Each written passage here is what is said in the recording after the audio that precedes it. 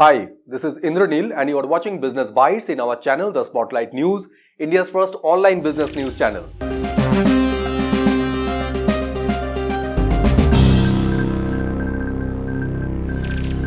In today's Business Bites, first news we have Adani Cement to merge Sanghi Industries and Penna Cement Industries with Ambuja Cements. Second news we have India's major NBFC ShriRam Finance is in the final stage to raise $1.27 billion fund. Third news we have solar power companies cannot import modules without paying duties anymore. Fourth news we have IF Finance is ready to raise 1,450 crore through IPO. And fifth news we have Decathlon India has started listing their rival brands on their website. In first news, Adani Cement will merge Sanghi Industries and Adani Cement Industries with their flagship Ambuja Cements. Ambuja Cements was acquired Sanghi Industries in December last year with 5,185 crore, which is India's largest cement and clinker plant in a single location, while Ambuja Cements has acquired Hyderabad-based Penna Cement in June this year with 10,422 crore, which is having 10 million tons of operational production capacity.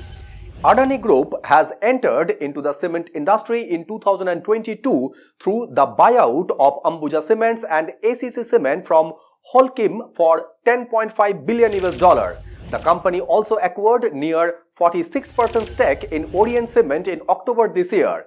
Currently, Adani Cement is the second largest cement producer in India with an annual capacity of 89 million tons, and with the buyout of Sanghi Industries, Penna Cement, Orient Cement and certain other projects which are on execution, Adani Cement is set to have an annual capacity of 104 million tons by March 2025. Ambuja Cement had a market capitalization of 1.41 lakh crore as of now, and company is having a projection to have a capacity of 140 million tons of cement production by March 2028. In second news, India's second largest non-banking financial company, that is NBFC, ShriRam Finance, is set to raise $1.27 billion of funds.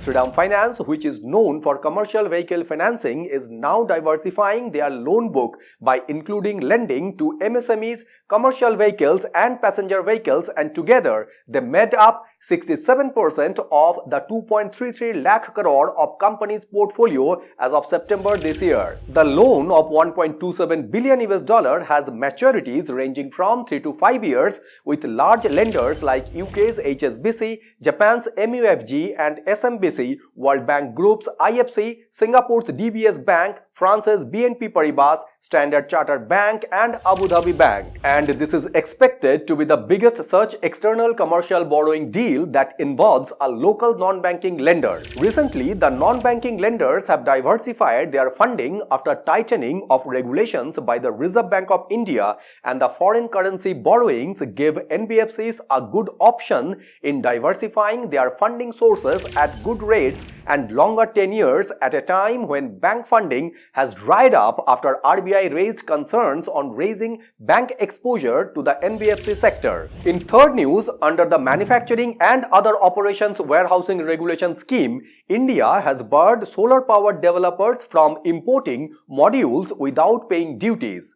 Previously, the Manufacturing and Other Operations Warehousing Regulation Scheme allowed solar power developers to declare their projects as bonded warehouses and importing modules duty-free and depositing them in the warehouses or project areas. And for the purpose, no duty was payable as long as the modules did not leave the bonded premises. The revocation of the scheme is effective from 17th December, which may impact the profitability of power plants that have availed the Manufacturing and Other Operations Warehousing Regulation Scheme's benefits, particularly if the power purchase agreement do not account for tariff increase due to changes in law.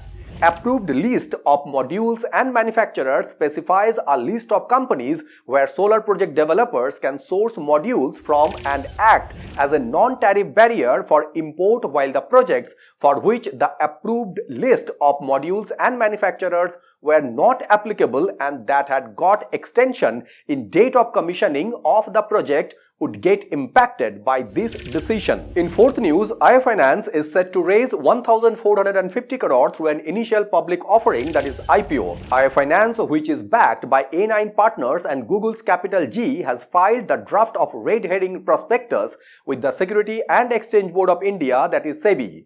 The Gurugram-based IIF Finance has raised 250 crore in a pre-IPO equity round on 20th September this year with a company valuation as $400 million, that is nearly 3,400 crore. Prior to this, IIF Finance secures $25 million through a securitization deal from Goldman Sachs India Finance, which was the local non-banking unit of American financial services company Goldman Sachs.